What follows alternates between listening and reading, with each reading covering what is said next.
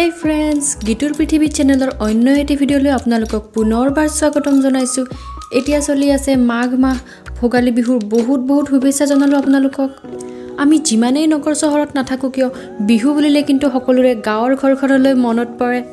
আমিও ভোগালী বিহুৰ মাদকতা ল'বলৈ মুকালমুৱাত থকা আমাৰ গাঁৱৰ ঘৰলৈ আহিলো।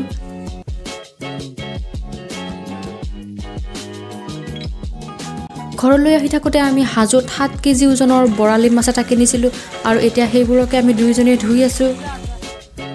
ৰাতিৰ খানাৰ বাবে এইবোৰ আয়োজন চলি আছে।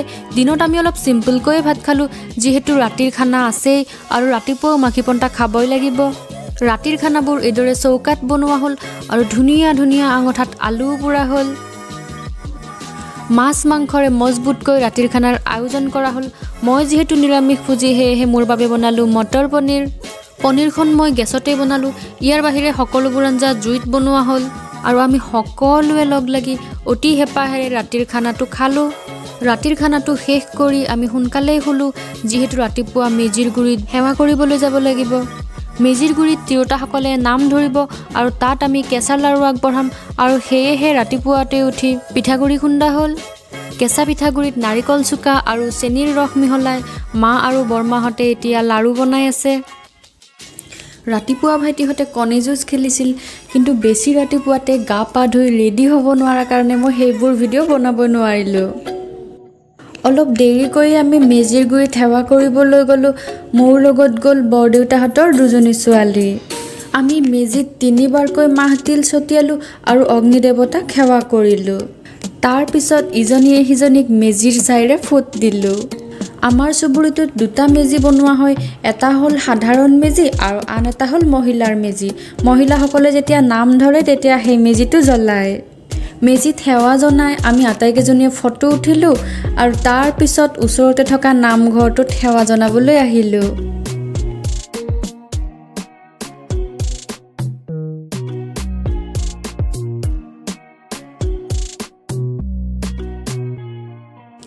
আমি আটাইকেইজনীয়ে ভগৱানৰ ওচৰত প্ৰাৰ্থনা জনালোঁ। তাৰ পিছত ঘৰলৈ গৈ পুৰুষকেইজনক মাঘী পন্তা দিলোঁ। মাঘী পন্তা দি মেজিৰ কাষলৈ আকৌ অহালৈ ইতিমধ্যে নাম শেষেই হৈ গৈছিল। এয়া আপোনালোকে চাওক, নামতীসকলে নাম ধৰাৰ আগতে মেজিটো জ্বলাই লৈছে। মোৰ বিয়াৰ আগতে কিন্তু মই এনেকুৱা 2টা মেজি জ্বলোৱা দেখা নাছিলোঁ। এইবাৰহে মই বিয়াৰ পিছত প্ৰথম এনেকুৱা 2টা মেজি জ্বলোৱা দেখিবলৈ পাইছোঁ। নাম ধৰা হোৱাৰ পিছত আমি আটাইবোৰে ভগৱানৰ ওচৰত প্ৰাৰ্থনা জনাই আশীৰ্বাদ ল'লোঁ।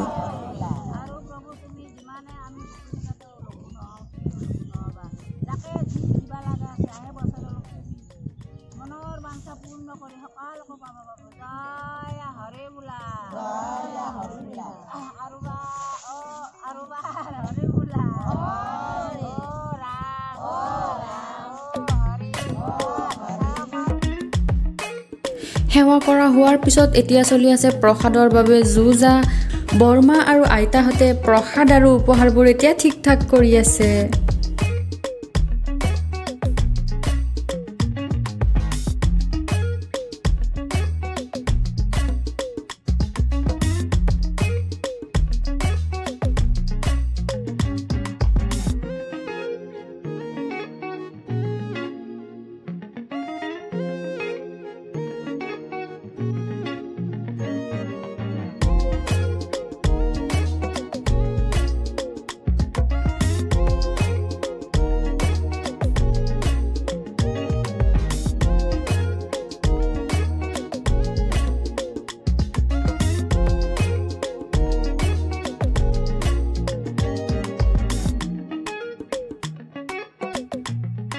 প্ৰসাদ খাই মেলি মেজিৰ গুৰিত আকৌ এবাৰ সেৱা জনাই আমি এইবাৰ মুকলি ঠাই এডোখৰলৈ আহিলোঁ কাৰণ ইয়াত ছোৱালীবোৰে খেল আৰম্ভ কৰিব।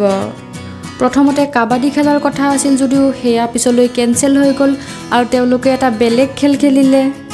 খেলটোৰ নাম কি আছিল সেয়া মই পাহৰি থাকিলোঁ কিন্তু তেওঁলোকৰ খেলটো মই বহুত উপভোগ কৰিলোঁ।